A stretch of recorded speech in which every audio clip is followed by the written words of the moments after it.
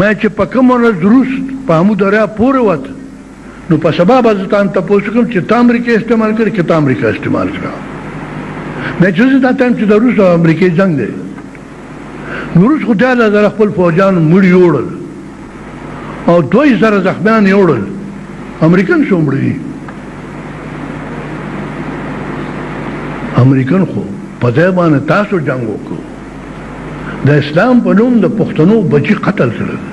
د اسلام په نوم باندې تاسو د افغانستان د خاورو د خپل بچو په وینه خړوب کړل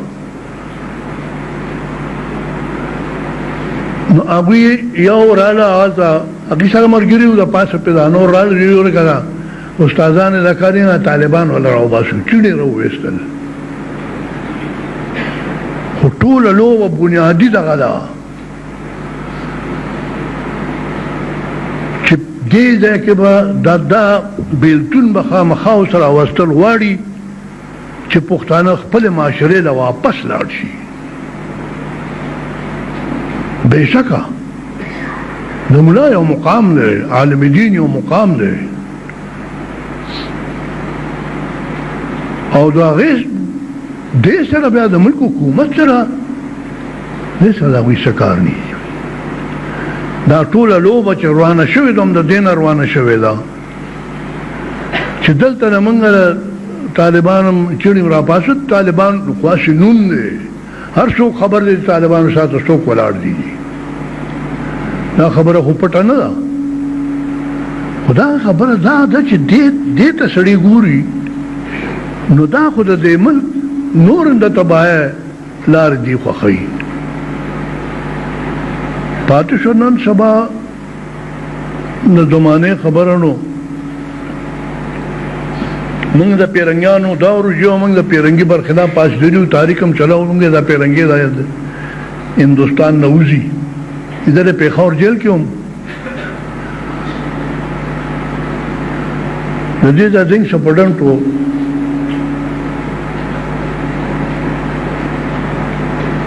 کرنل سمیت و پیرنګي وو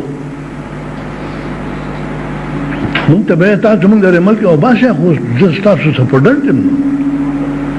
نو ماته ریډیو راوړل په اجازه ته راکوي ریډیو راوړل نو چې ریډیو راوړل نو یو هفته پس ماته تاسو جرمني سټیشن اورې نو ما یې خو ته خبره مونږ وی دا ما تعالی سره درکړې دی وی ما چې تلک دا جرمني دا غوړل تک یو پیرنګي دی او چې دا څه خبرې کوي چې دا خبرې اورنه تاسو به ډېر خوشاله شئ په جیل خانه کې وې ما ور کورشا راوایست خپل ریډیو له میراث ولا قابو خزه مې رامنډ کړلې ونه شوسه مې ورکنه هغه ما خام موږ ټول راغون شو کې ناستو چې څونه تقیدانو پاغه تکینو ځانم جرمني ولګونو جرمني پارک باندې چرچل اعلان کړو چې موږ خپل ملک دفاع کولی شو موږ دا یو موږ باغ یو ډېر بہادری کړو دا دې سړي بدن ته لاړ هاوي دوته زم پیرانګې ما زما په رګونو کوم له پیرانګانو بینه چلیږي خاصه تاسو له تاسو کو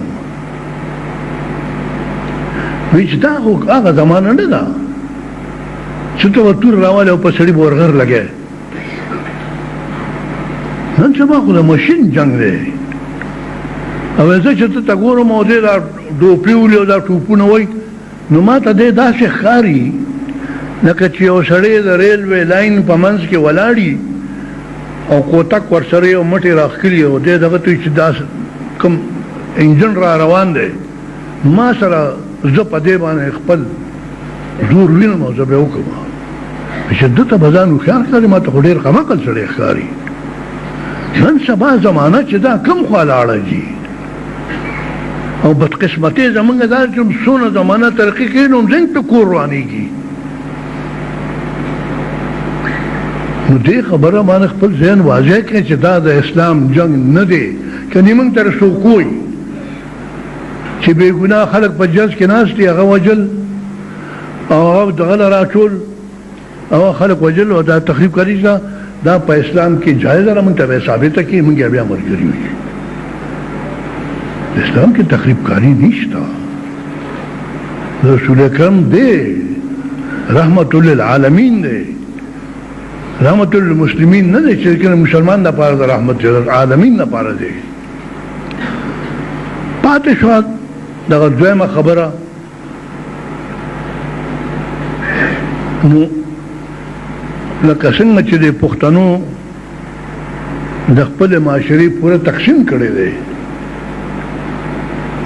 او جماعت ته او اجرې ته خپل فرایض منصبي خولي دي دا چې هغوی په ملک په هغه وخت کې چې دا قسمت تصور اډونه دا هغوی دغسې دې سره هغوی خپل د جرګو یو خپل سیستم لري هلته د امریکې د ولایت د دې په شانتي انتخابات نه کېږي خو د هغوی خپله طریقه چې ده هغه د جرګې ده وړې وړې جرګې وشي مقامي جرګې وشي او بیا یو لویه جرګه راغونډه شي ټول قوم او هغه جرګه بیا کېني هغوی فیصله کوي چې کوم قسمه نظام ده هغوی په کار پر خپل ملک او کوم قسمه حکومت په کار پر ملک اوس موږ هم لا تپوس کوو چې نن سبا زمونږ حکومت چې وایي چې دوی ته او دوی موږ ته دا به ټولو خلکو نمایندګي کوي هلکه چې لویه جرګه شي خو خود د ټولو خلکو نمایندګي شوه تاسو چې را کوم حکومتونه دلته مخکې وکړه دا د چا نمایندګي کوي